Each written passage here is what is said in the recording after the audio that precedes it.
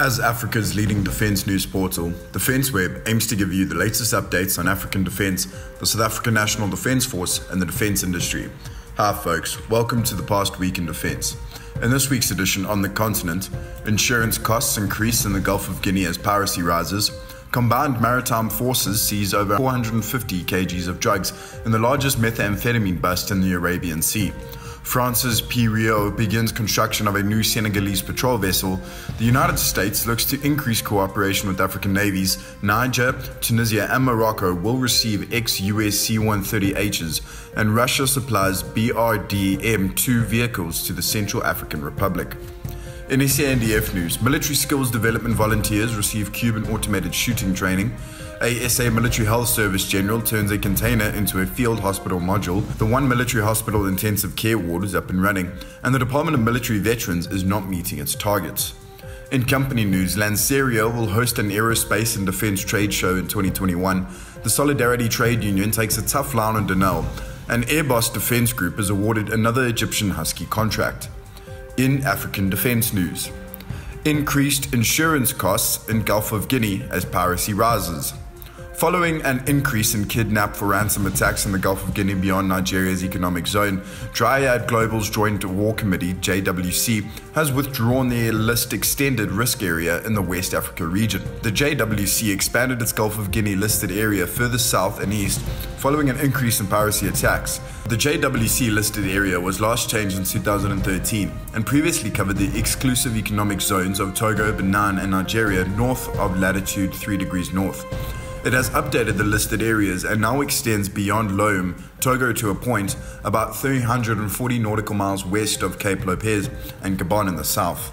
A change in the listed area allows underwriters to charge more to cover vessels transiting the region because ship owners required to sail in the Gulf of Guinea have to obtain Obsura approval before they can enter the West African waters.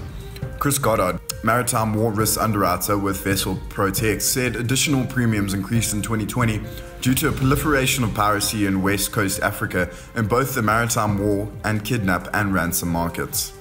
Combined Maritime Forces seizes over 450 kgs of drugs in massive methamphetamines bust.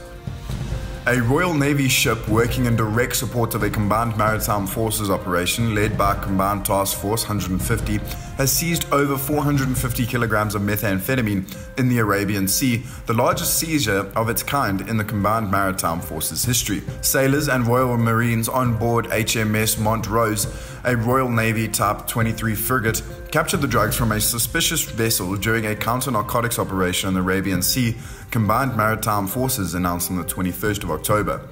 The operation, which was part of Combined Task Forces 150's Operation Sea Shield, was an international effort involving a number of Combined Maritime Forces, 33 member nations and partners. Piriou begins construction of first Senegalese patrol vessel. French shipyard Piriou has launched construction of the first of 3 OPV-58S offshore patrol vessels for Senegal's Navy. The first steel was cut on 21st of October during a ceremony at Piriou's facility in Concarneau, France, which was attended by General Birame Diop, Chief of the General Staff of Senegal's military, and Admiral Omar Wade, Chief of Staff of the Senegalese Navy. The contract with Senegal was signed in November 2019. Piriou said construction would take place over 44 months and conclude in mid-2024. with first deliveries from 2023. Construction of the hulls will be divided between Concarneau and Lanseria near Lorient, where the Kurd shipyard, a partnership between Piriou and Naval Group, is located. US looks to increase cooperation with African navies. Both the United States Navy and US Coast Guard are looking for increased opportunities to partner with African countries, including South Africa.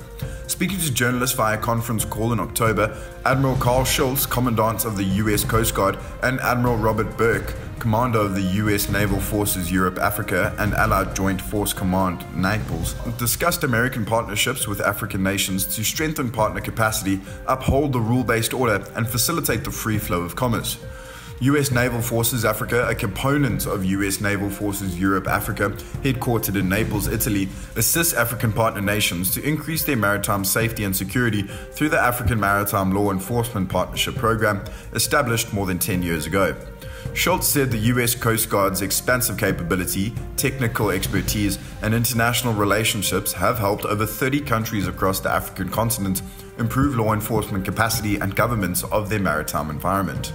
In the past 45 years alone, the US Coast Guard has sent 45 mobile training teams to 16 different countries and provided 350 days of direct operational support with employed cutters or law enforcement detachers, he said.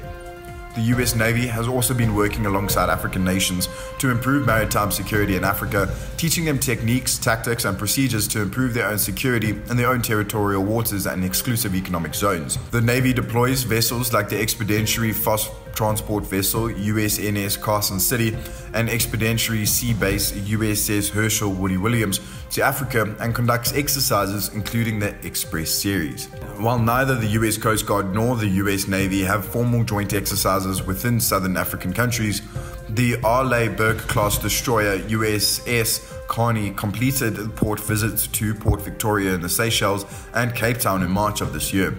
Planned interaction with the South African navies was cancelled at the last minute due to the COVID-19 pandemic. Our visit in South Africa in particular was an effort to open the dialogue with South African officials, the South African Navy in particular, and begin the conversation of how to build a lasting naval relationship, Burke said in response to a question by Defence Web. Toward that end, that visit yielded an agreement for a future visit.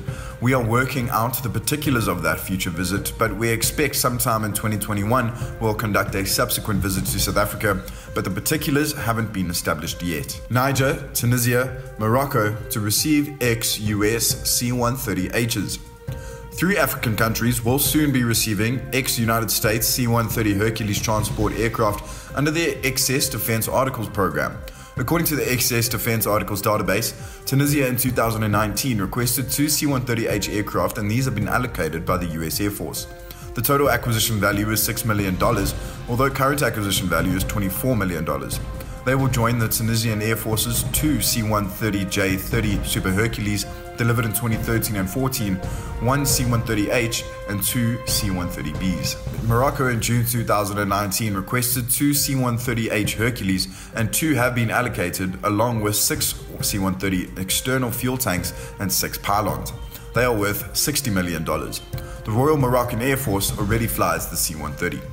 Niger in 2015 requested a WC-130H aircraft and a wing set, and in 2019 requested 4 T-56A-15 engines and propellers for the Hercules, with 4 allocated. Nigerian pilots have been training on the C-130 in the United States, with the first female pilot in the Nigerian Air Force completing her 6-month training in April this year. Russia supplies BRDM-2 vehicles to Central African Republic. Russia has delivered 10 BRDM-2 armored vehicles to the Central African Republic, with another 10 expected to be delivered soon. The first batch arrived in Bangui on 15th of October aboard a Russian Air Force AN-12400 airlifter. They were received by the Central African Republic's Defense Minister, Minister of Internal Affairs, military representatives, and the Russian ambassador.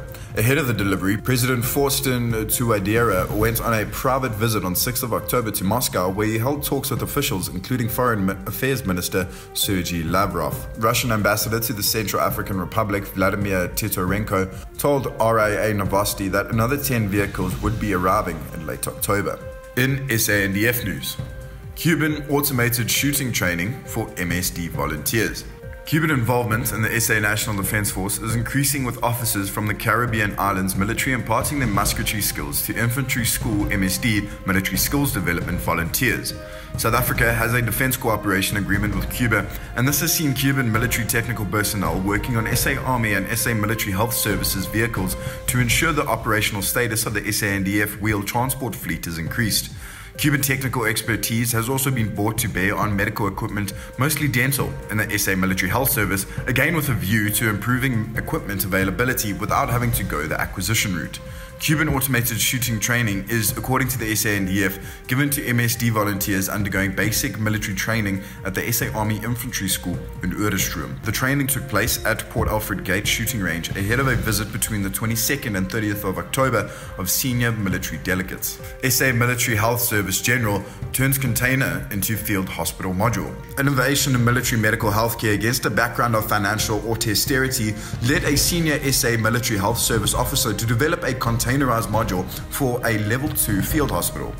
The man behind the idea, with a concept module to show for it to date, is Major General Leslie Ford, Chief Director, Military Health Force Support. An SA National Defence Force article has it the containerized Level 2 field hospital module will challenge the Industrial Revolution and enhance SA military health services in its future deployment capability. Depending on configuration, the model can be remotely controlled from a mobile phone. This new wave of technology was conceptualized and took forward years of research and planning using personal resources. Hence, the intellectual property remains that of the designer.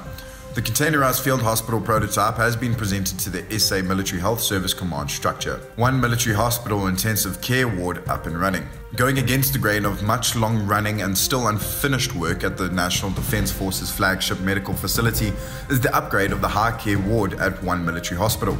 It took the Defence Works Formation, DWF, just 5 weeks to ensure the 78 intensive care bed ward on the 7th floor of the hospital on the northern side of Tabashwane is fully operational again. This after assistance was provided by the Development Bank of Southern Africa.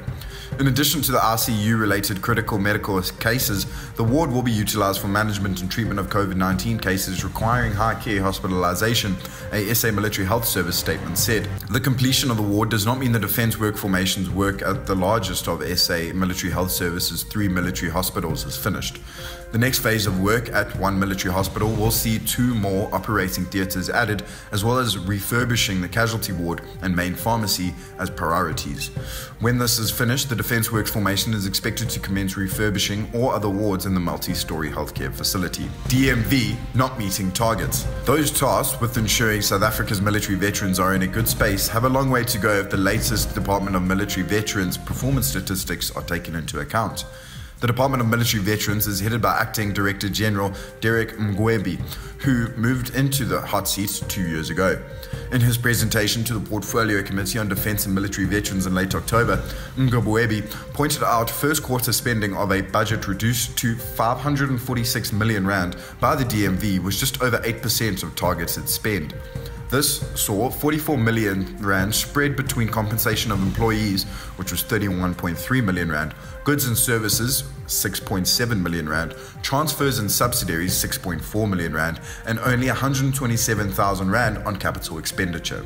In company news, Lanseria to host Aerospace and Defence Trade Show in 2021.